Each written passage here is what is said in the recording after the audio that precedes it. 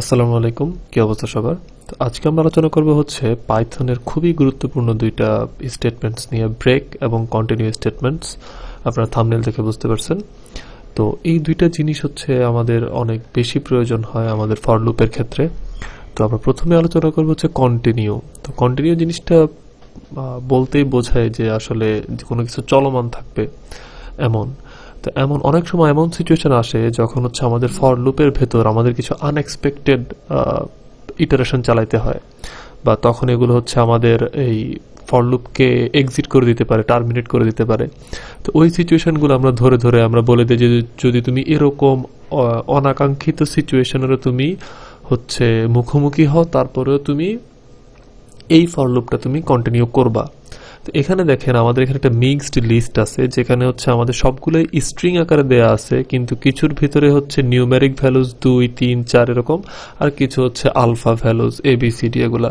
তখন আমরা যদি মিক্সড লিস্ট থেকে শুধুমাত্র নিউমেরিক ভ্যালুগুলা বা হচ্ছে শুধুমাত্র আলফা ভ্যালুগুলা বের করতে চাই, তাহলে হচ্ছে আমি যদি সবগুলোর উপরে হচ্ছে চালাই, লুপ চালাই, তাহলে তো আমাদের সমস্যা।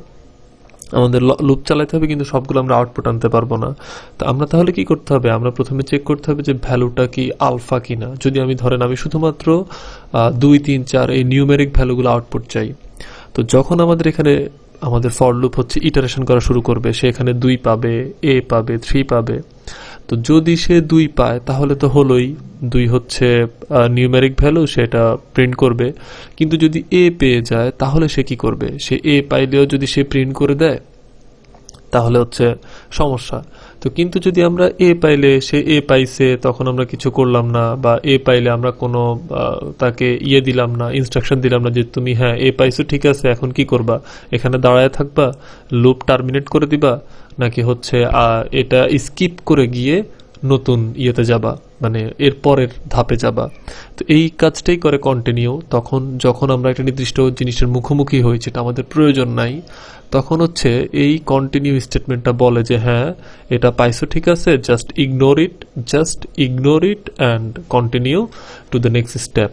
তো এখানে খেয়াল করেন, আমরা প্রথমে লুপ চালাইছি, তারপর চেক করছি এই যে প্রত্যেকবার আই ভ্যালুটা পাচ্ছি সেটা আলফা কিনা, মানে ABCD কিনা, আলফা কিনা। যদি আলফা হয় তাহলে just ignore it and continue. তখন সেটাকে এই আলফা পাইলে সে ইগনোর করে পরের স্টেপে 3-তে যাবে, গিয়ে হচ্ছে সে এই 3টা প্রিন্ট করবে। এরপর আবার যাবে, তখন আবার দেখবে B, তখন সে আবার এই কন্ডিশন ফুলফিল করে এখানে সে বলবে যে জাস্ট ইগনোর, কন্টিনিউ করো, যা হয়েছে হয়েছে, নতুন সামনে আগাও। হ্যাঁ, যত বাধা বিপত্তি আছে সব পার হয়ে সামনে আগাও। তো এইভাবেই সে এটা কাজ করবে। তো আমি যদি এখানে রান করি, এই যে সে হচ্ছে এই যে 2, 3, 4, 5, 6, 7, 8, 9। একইভাবে আমি যদি এখানে ইজ আলফার জায়গায় আমি এখানে ইজ নিউমেরিক দেই, হচ্ছে ইজ নিউমেরিক, ইজ নিউমেরিক দেই, তখন হচ্ছে সে কি করবে? তখন সে শুধুমাত্র 2, 3, 4 এগুলাকে সে ইগনোর করবে। তখন সে 2, 3, 4 এগুলাকে ইগনোর করা শুরু করবে। সে তখন ABCD পাইলে কেবল সে প্রিন্ট করবে, এই যে ABCDEFGH। এই হচ্ছে কন্টিনিউর কাজ। কন্টিনিউ তাহলে কি করে? কন্টিনিউ আমাদের লুপের চলাকালীন যদি আমরা এমন কোনো সিচুয়েশনের মুখোমুখি হই যেটা আমাদের এক্সপেক্টেড না, বা হচ্ছে যেটা আমরা চাই না আমাদের লুপের থেকে আউটপুট আসুক বা আমাদের লুপে কোনো এফেক্ট করুক, তখন আমরা সেই সিচুয়েশনগুলো ইগনোর করে যেয়ে স্কিপ করে যাওয়ার জন্য আমরা কন্টিনিউ স্টেটমেন্টটা ব্যবহার করি। তো এই হচ্ছে কন্টিনিউর আইডিয়া। এটা আমি এখন কমেন্ট আউট করি। এরপর আমরা দেখব হচ্ছে ব্রেক স্টেটমেন্ট। ব্রেক স্টেটমেন্ট সম্পূর্ণ আলাদা, যেহেতু কন্টিনিউ এবং ব্রেক মানে হচ্ছে থাইমা যাও, বাধা দাও, বা হচ্ছে ভেঙে দাও। আমরা যখন আমাদের একটা লুপ চালানোর যে আমাদের উদ্দেশ্য, সেই উদ্দেশ্য আমাদের হাসিল হয়ে যায়, তখন এরপরে আমার আর বেশি লুপ চালানোর কোনো প্রয়োজন নাই। আপনি চিন্তা করেন, আমরা একটা সার্চ করতেছি, ঠিক আছে, আমরা সার্চ করতেছি হচ্ছে একটা লিস্ট থেকে আমরা কোনো একটা ভ্যালু আমাকে ইউজার দিবে, সেই ভ্যালুটা আমি সার্চ করে বের করব। তো সেই ভ্যালুটা যদি আমি পেয়ে যাই, এরপরে কি আমার লুপটা চালানোর কোনো প্রয়োজন আছে? এরপরে আমার লুপটা চালানো মানে হচ্ছে আমার টাইম নষ্ট করা, আমার হচ্ছে বেশি স্লো হয়ে যাওয়া প্রোগ্রাম, আউটপুট দিতে দেরি হওয়া। আমি যেহেতু অ্যান্সারটা পেয়ে গেছি, যেমন এই যে লিস্টটা, এই লিস্টে ইউজার যদি আমাকে বলে যে আপনি আপনাকে 2 খুঁজে দেন যে কত নাম্বার ইন্ডেক্সে আছে, তো আপনি যদি 3 নাম্বার প্রথম ইন্ডেক্সে পেয়ে যাই, এরপরে লুপগুলো চালানোর কোনো দরকার আছে নাই। তো এখন লুপ যদি একবার শুরু করে দেই, সেটাকে তো কেউ আটকাইতে হবে, কেউ তো একটা ব্রেক চাপতে হবে। সেই ব্রেক চাপার কাজটা করে break statement.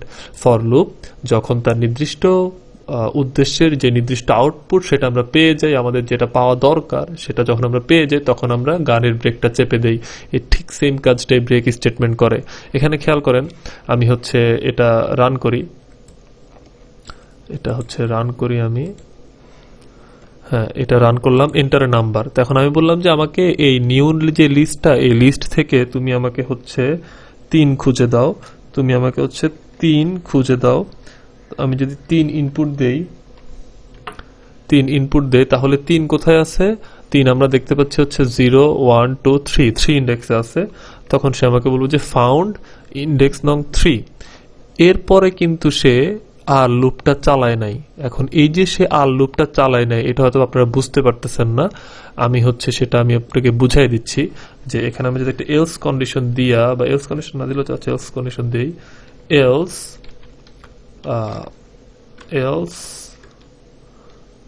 Print still searching, ঠিক আছে, স্টিল সার্চিং।